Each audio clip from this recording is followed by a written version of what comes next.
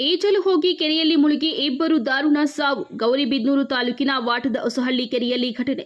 ಸಂತೋಷ್ ಕುಮಾರ್ 27 ವರ್ಷ, ಅರವಿಂದ್ 17 ವರ್ಷ ಮೃತ ದುರ್ದೈವಿಗಳು. ಮೃತರೆಲ್ಲರೂ ಗೌರಿಬಿದನೂರು ತಾಲೂಕಿನ ಮಣಿಪಾಲ ಗ್ರಾಮದವರು. ಬಿರು ಬಿಸಿಲಿಗೆ ತಾಳಲಾರದೆ 10 ಜನ ಕೆರೆಯಲ್ಲಿ ಈಜಲು ಬಂದಿದ್ದ ವೇಳೆ ಈ ದುರ್ಘಟನೆ ಸಂಭವಿಸಿದೆ.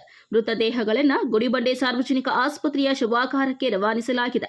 ಗೌರಿಬಿದನೂರು ಗ್ರಾಮಾಂತರ ಪೊಲೀಸ್ ಠಾಣಾ ವ್ಯಾಪ್ತಿಯಲ್ಲಿ ಈ ಘಟನೆ ನಡೆದಿದೆ.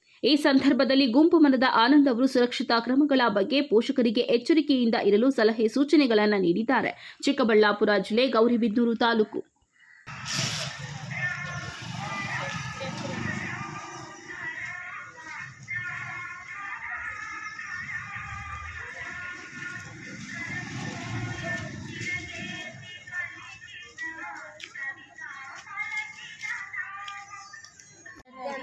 ಈಜೊಡಕ್ಕೆ ಹೋಗ್ತಾನೆ ಹೇಳಿದ್ದು. ಗಾಡಿ ಕೀ ಕಿತ್ಕೊಳಕ್ ಹೋದ್ರು ಬಿಡಿಲ್ಲ. ಸೆಕೆ ನಮಗೆ ಇರೋಕ್ಕಾಗ್ತಾ ಇಲ್ಲ, ಈಜೊಡಕ್ಕೆ ಹೋಗ್ತೀರಿ ಅಂತಾನೆ ಹೇಳ್ಬಿಟ್ಟೆ ಹೋದ್ರು. ಮತ್ತೆ ಅರ್ಧ ಗಂಟೆ ಅಷ್ಟೊತ್ತಿಗೆ ಈ ಥರ ನ್ಯೂಸ್ ಗೊತ್ತಾಗಿದ್ದು ನಮಗೆ. ನ್ಯೂಸ್ ಗೊತ್ತಾಗಿದ ತಕ್ಷಣ ನಾವು ಓಡ್ ಬಂದು ನೋಡಿದ್ರೆ ಇಲ್ಲ. ಅವ್ರಿಗೆ ಹೆಸರೇನು? ಸಂತೋಷ್ ಕುಮಾರ್. ಎಷ್ಟಾಯಿತು ವಯಸ್ಸು? 25 ಇಯರ್ಸ್. 27 ವರ್ಷ. ಪೊಲೀಸ್ ಅವ್ರು ಕೊಟ್ಟಿರೋದು 20. ಅವರು ಮದುವೆ ಆಗಿ ಯಾವೂರಿಂದ ಮದುವೆ ಆಗಿದ್ದು? ವರದಸಳ್ಳಿ ಸರ್. ವರದಸಳ್ಳಿ. ಏನಂತ ಹೇಳ್ಬಿಟ್ಟು ಹೋದ್ರು ಬೆಳಿಗ್ಗೆ ನಿಮಗೆ? ಈಜೊಡಕ್ಕೆ ಹೋಗ್ತೀರ ಅಂತಾನೆ ಸರ್ ಹೇಳ್ಬಿಟ್ಟು ಹೋಗಿದ್ದು. ಅವ್ರು ಏನಾಗ್ತಾರೆ ನಿಮಗೆ? ಅಮ್ಮ ಆಗ್ಬೇಕು ಸರ್. ಸರಳ ಗರ್ಭಿಣಿ ಅಂತ ಹೇಳಿ. ಇನ್ನೊಬ್ಬ ಹುಡುಗನ ಹೆಸರು? ಅವರು ನನ್ನ ತಮ್ಮನೇ ಸರ್, ಚಿಕ್ಕಪ್ಪ ಮಗ. ಅವನು ಚಿಕ್ಕಪ್ಪ ಮಗನೇ. ಡ್ರೈವಿಂಗ್ ಮಾಡ್ತಿದ್ದ. ನಮಗ್ ಬೆಳಗ್ಗೆ ಫೋನ್ ಮಾಡಿ ನಮ್ಮ ದೇವರಲ್ಲಿ ಅಕ್ಕ ಬರ್ರಿ ನಾವು ಇಲ್ಲಿ ಮಾವಿನ ಗಿಡದಲ್ಲೆಲ್ಲ ಫಂಕ್ಷನ್ ಮಾಡೋಣ ಅಂತ ಕರೆದ್ನು.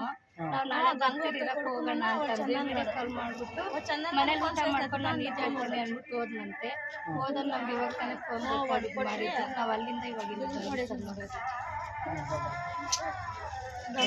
ಮಕ್ಕಳು ಅವರು ಅವ್ರ ಅಕ್ಕ ತಂಗಿ ತಮ್ಮ ಇದ್ರೆ, ನಾನು ನಮ್ಮ ಅಣ್ಣ ಹೆಂಡ್ತಿನೇ ಇದ್ವಿ.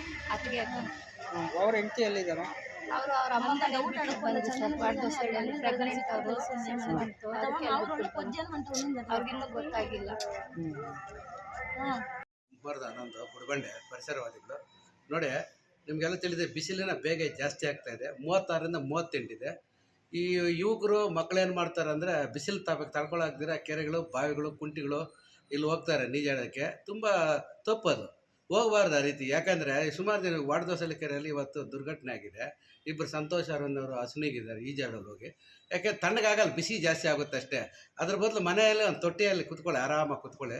ದಂಡೆಗೆ ಮರಗಳು, ಗುಡಿಬಂಡೆಯಲ್ಲಿ ಮರಗಳಿದೆ, ಮರಗಳ ಹತ್ರ ಒಂದು ಚೇರ್ ಹಾಕ್ಕೊಂಡು ಕುತ್ಕೊಳ್ಳಿ. ಅದು ಬಿಟ್ಬಿಟ್ಟು ನೀವು ಇಷ್ಟು ವರ್ಷ ಬೆಳೆಸಿ ಪಾಪ ತಂದೆ ತಾಯಿಯವರು ಅವ್ರ ಗತಿ ಏನಾಗಬೇಕು ಹೇಳಿ? 17 ವರ್ಷ 20 ವರ್ಷ ಬೆಳೆಸಿ ನೀವು ನೀರು ಪಾಲಾಗ್ಬಿಟ್ಟು ಅವ್ರ ಗತಿ ಏನು? ರೋದನೆ ಆಗುತ್ತೆ. ಇಂಥ ಅನಾಹುತಗಳಾಗಬಾರ್ದು. ಯಾರೇ ಆಗಲಿ, ವಿದ್ಯಾರ್ಥಿಗಳಾಗ್ಬೋದು, ಇನ್ಯಾರೇ ಯುವಕರಾಗ್ಬೋದು, ಕೆರೆ ಆಗಲಿ, ಬಾವಿ ಆಗಲಿ, ಇನ್ಯಾವುದನ್ನ ಕೃಷಿ ಹೊಂಡದಲ್ಲಿ ದಯವಿಟ್ಟು ಈಜೊಡಿಬೇಡಿ. ಯಾಕಂದರೆ ಎಲ್ಲರೂ ವಿದ್ಯಾವಂತರೇ. ನೀವೆಲ್ಲ ವಿದ್ಯಾವಂತರು ಹೋಗಿ ಈಜಾಡಕ್ಕೆ ಹೋಗ್ತಿರಲ್ಲ. ನೀವು 4 ದಿನ ತಿಳಿ ಹೇಳ್ಬೇಕು. ದಯವಿಟ್ಟು ಯಾರು ಹೋಗಬೇಡಿ. ಮನೆಯಲ್ಲೇ ಕೂತ್ಕೊಂಡು ನೀರು ಸುಮಾರು 1-2 ಬಿಂದಿಗೆ ತಣ್ಣೀರು ಹಾಕ್ಕೊಳ್ಳಿ, ಪರವಾಗಿಲ್ಲ. ಮನೆಯಲ್ಲೇ ಇರಿ, ಇಲ್ಲ ಮರದ ಕೆಳಗಡೆ ಕೂತ್ಕೊಳ್ಳಿ, ಆರಾಮಾಗಿ ಮರಗಳಿದೆ, ಪರಿಸರ ಚೆನ್ನಾಗಿದೆ. ಅದು ಬಿಟ್ಟು ನೀವು ಈ ರೀತಿ ಹೋಗಿ ಮುಳುಗೋಗ್ಬಿಟ್ರೆ ಇದು ಇಡೀ ನಮ್ಮ ಗುಡಿಬಂಡೆಗೆ ಆಗ್ಬೋದು, ಇಲ್ಲ ವಾಡದ ಗೌರಿಬಿದನೂರಿಗೆ ಆಗ್ಬೋದು, ತುಂಬ ತೊಂದರೆ ಆಗುತ್ತೆ. ಯಾಕೆಂದರೆ ಇದು ನೋಡಿದಾಗ ಎಲ್ಲರೂ ಕೂಡ ಕಣ್ಣು, ಯಾಕೆಂದರೆ ಹೊಟ್ಟೆ ಒಂದು ರೀತಿಯಂಥ ಬಾಧೆ ಆಗುತ್ತೆ ನಮಗೆ. ಯಾಕೆ ತಂದೆ ತಾಯಿಗಳು ಅಷ್ಟು ವರ್ಷ ಬೆಳೆಸಿ ನೀವು ಒಂದು ಕ್ಷಣ ಮಾತ್ರದಲ್ಲಿ ಹಸುನಿಗೆ ಬಿಟ್ಟರೆ ಇದು ಎಷ್ಟು ತೊಂದರೆ ಆಗುತ್ತೆ ಹೇಳಿ?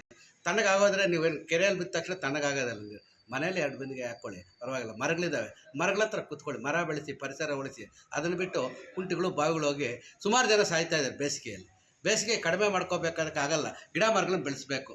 ಈ ತಾಣದಿನ ಪಾಪ ಹೋಗ್ತಾರೆ, ಇಲ್ಲಿ ಮರಣ ಹೊಂದ್ತಾರೆ. ಅದಕ್ಕೊಂದೇ ಪರಿಹಾರ, ಮಕ್ಕಳಲ್ಲಿ ಅವೇರ್ನೆಸ್ ಕೊಡಬೇಕು. ನೀವು ಅಷ್ಟೇ ನಿಮ್ಮ ಮಕ್ಕಳನ್ನಾಗಲಿ, ಪೋಷಕರ ದಯವಿಟ್ಟು ನಿಮ್ಮ ಮಕ್ಕಳಿಗೆ ಯಾರಿಗೂ ಕೂಡ ಬಾವಿಗಳಾಗಲಿ ಕೆರೆಗಳಾಗಿ ಕಳಿಸ್ಬೇಡಿ. ದಯವಿಟ್ಟು ನಿಮ್ಮ ಮನೆಯಲ್ಲಿ ಇಟ್ಕೊಳ್ಳಿ, ನೀರು ಹಾಕ್ಕೊಳ್ಳಿ, ತಣ್ಣೀರನ್ನು ನೀರನ್ನು ಹಾಕ್ಕೊಳ್ಳಿ, ಮನೆಯಲ್ಲಿ ಕೂತ್ಕೋಬೇಕು, ಮರಗಳ ಹತ್ರ ಕೂತ್ಕೊಳ್ಳಿ. ದಯವಿಟ್ಟು ಎಲ್ಲ ಯುವಕರಿಗೆ, ಪೋಷಕರಿಗೆ ಪದೇ ಹೇಳ್ತೀನಿ, ನೀವೊಂದು ಎಲ್ಲರೂ ಕೂಡ ಮಾರ್ಗದರ್ಶನ ಕೊಡಿ, ಒಂದು ಅವೇರ್ನೆಸ್ ಕೊಡಿ, ಪ್ರಾಣಗಳನ್ನು ಉಳಿಸಿ. ಜೈ ಹಿಂದ್, ಜೈ ಕರ್ನಾಟಕ ಮಾತು.